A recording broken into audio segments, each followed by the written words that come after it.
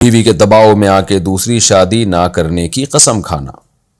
ایک شخص دوسری شادی کرنا چاہتا تھا، اس نے اپنی بیوی کو بتایا تو اس نے جھگڑا کیا اور یہ شرط رکھی کہ اگر دوسری شادی کرنی ہے تو مجھے ابھی طلاق دو، اور اگر دوسری شادی نہیں کرنی تو ابھی قسم کھاؤ اور قرآن شریف اٹھاؤ۔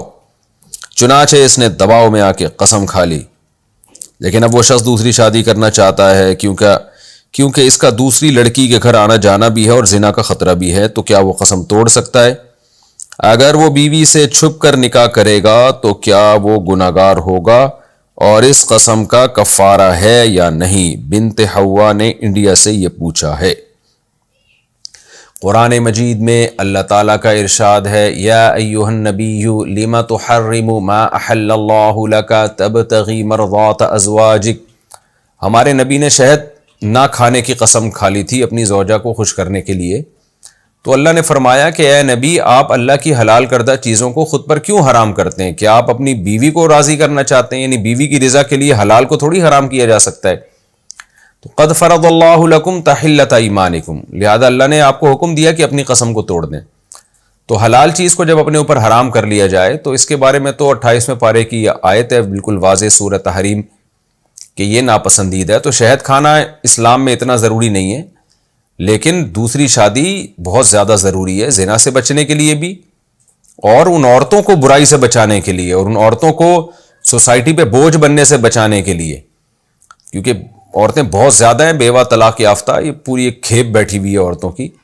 تو اس لیے اگر آپ نے قسم اٹھا بھی لی ہے تو آپ شادی کریں اور اس قسم کا کفارہ دے دیں، 10 غریبوں کو 2 ٹائم کا کھانا، اور یہ ہے اس کا کفارہ۔ 10 غریبوں کے 2 ٹائم کے کھانے کے پیسے نہ ہو تو پھر 3 دن کے روزے رکھیں لگاتار۔ اب سوال پیدا ہوتا ہے 10 غریبوں کے 2 ٹائم کے کھانے کے پیسے نہیں ہیں تو رشتہ کہاں سے مل رہا ہے آپ کو؟